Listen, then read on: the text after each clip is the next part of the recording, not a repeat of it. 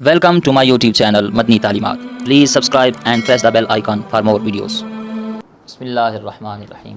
अस्सलामु अलैकुम वरहमतुल्लाह। आज़िज़ सामिन किराम, गुस्ल करते वक्त 4 बड़ी गलतियाँ जिनकी वजह से गुस्ल नहीं होता आपको बताने जा रहा हूँ। और अफसोस की बात यह है कि इनके बारे में अक्सर लोग जानते भी नहीं हैं। और उससे बड़ी अफसोस की बात यह है कि कुछ मसाइल ऐसे हैं, मतलब उनमें हम शर्म महसूस करते हैं कि जी अगर मैंने ये कारी साहब से पूछा या अपने इमाम साहब से पूछा तो वो क्या कहेंगे कि इसको अभी तक गुस्ल के तरीके का नहीं पता, इसको अभी वो मियाँ बीवी के कुछ मसाइल होते हैं, हम बिस्तरी के कुछ मसाइल होते हैं।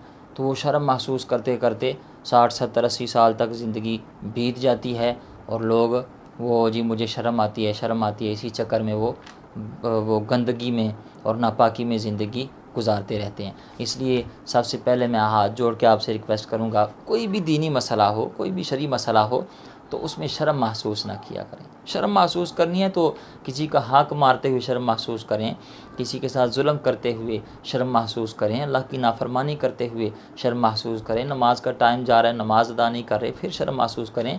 दीनी मसला समझते हुए पूछते हुए कोई शर्म महसूस नहीं करनी चाहिए। बहरहाल 4 गलतियाँ ऐसी हैं जिनकी वजह से हमारा गुस्ल नहीं होता और बंदा नापाक रहता है। अगर दौरान गुस्ल में से कोई एक गलती भी आप कर रहे हैं तो याद रखें आपका मुकम्मल गुस्ल नहीं होगा। यानी आप जिस तरह पहले नापाक थे, घंटों शावर के नीचे खड़े रहने के बाद भी आप उसी तरह नापाक रहेंगे, आपको तहारत हासिल नहीं होगी। और याद रखें तहारत जो है ये नमाज की कुंजी है, अगर तहारत नहीं है तो आपकी नमाज भी कबूल नहीं होगी। वो 4 गलतियाँ कौन सी हैं मैं आपके सामने इसी एक वीडियो में बताने जा रहा हूँ। आपसे रिक्वेस्ट है वीडियो पूरी देखिएगा, वीडियो अच्छी लगे तो लाइक कमेंट शेयर ज़रूर कीजिएगा। सबसे पहले ये जानिए कि गुस्ल करने का सही तरीका, सुन्नत तरीका क्या है। तो देखें गुस्ल करने का सुन्नत तरीका ये है कि पहले अपने दोनों हाथ धो लें, उसके बाद जिस्म के जिस हिस्से पर नजासत लगी है उसे दूर कर लें, इस्तिंजा कर लें, या जिस्म के जिस भी हिस्से पर गलाजत लगी हुई है उसे धो लें ताकि दूसरा बाकी जिस्म का हिस्सा जो है वो उस नजासत से आलूदा ना हो। इस्तिंजा करने के बाद नजासत दूर करने के बाद जिस तरह हम नमाज के लिए वज़ू करते हैं उस तरह वज़ू करें। यानी पहले वो हाथ धोना, फिर कुल्ली करना, फिर नाक में पानी चढ़ाना, फिर चेहरा धोना, फिर दोनों बाजू कोहनियों समेत धोना, सर का मसा करना, दोनों पाँव टखनों समेत धोना। ठीक है जी, इस तरह जिस तरह हम नमाज के लिए वज़ू करते हैं उस तरह वज़ू कर लें। ठीक है जी, वज़ू करने के बाद फिर आपने क्या करना है, दाएं कंधे पर पानी बहाएं, फिर बाएं कंधे पर पानी बहाएं और उसके बाद पूरे जिस्म पर इस तरह पानी बहाएं कि बाल बराबर जगह भी खुश्क न रहे, यानी इतनी जगह भी खुश्क न रहे जितना एक बाल बराबर होती है। ठीक है जी, बाल बराबर जगह भी खुश्क न रहे।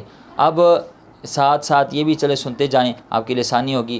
गुस्ल में 3 चीज़ें फ़र्ज़ हैं, याद रखें, कुली करना, नाक में पानी चढ़ाना और तीसरे नंबर पर है पूरे जिस्म पर इस तरह पानी बहाना कि बाल बराबर भी जगह खुश्क न रहे। ये गुस्ल का सुन्नत तरीका है। अब आइए वो गलतियाँ जिनसे हमें बचना चाहिए और जिनकी वजह से बंदा नापाक रहता है, गुस्ल ही नहीं होता, वो कौन सी हैं। नंबर 1 पर नाक में जब हम पानी चढ़ाते हैं ना तो इसमें कुछ लोग जो हैं वो बेहतियाती करते हैं। याद रखें नाक में अगर वो मादा सा चिपका हुआ है, ठीक है जी, तो उसे हटाना ज़रूरी है, क्योंकि वज़ू में तो नाक में पानी चढ़ाना ये सुन्नत है, लेकिन गुस्ल में नाक में पानी चढ़ाना ये फ़र्ज़ है। और बाल बराबर जगह भी अंदर खुश्क ना रहे, यानी नरम हड्डी तक नाक के पानी पहुंचाना, उसमें बाल बराबर भी जगह खुश्क ना रहे। अब वो अगर मादा सा चिपका होगा और आप उसे हटाएं ना और ऐसे ही पानी चढ़ा दें तो जाहिर सी बात है उस मादे के नीचे जगह खुश्क रहेगी। तो ये बहुत बड़ी बेहतियाती लोग करते हैं जिसकी वजह से उनका गुस्ल नहीं होता। दूसरे नंबर पर है नाफ में अच्छी तरह, जो ज़ाहरी नाफ का हिस्सा है उसमें अच्छी तरह उंगली लगा के हिला के उस पर उसको मल के अच्छी तरह धोना। इसमें भी लोग बेहतियाती करते हैं क्योंकि कुछ जिस्म भारे होते हैं तो अंदर तक पानी नहीं पहुंचता।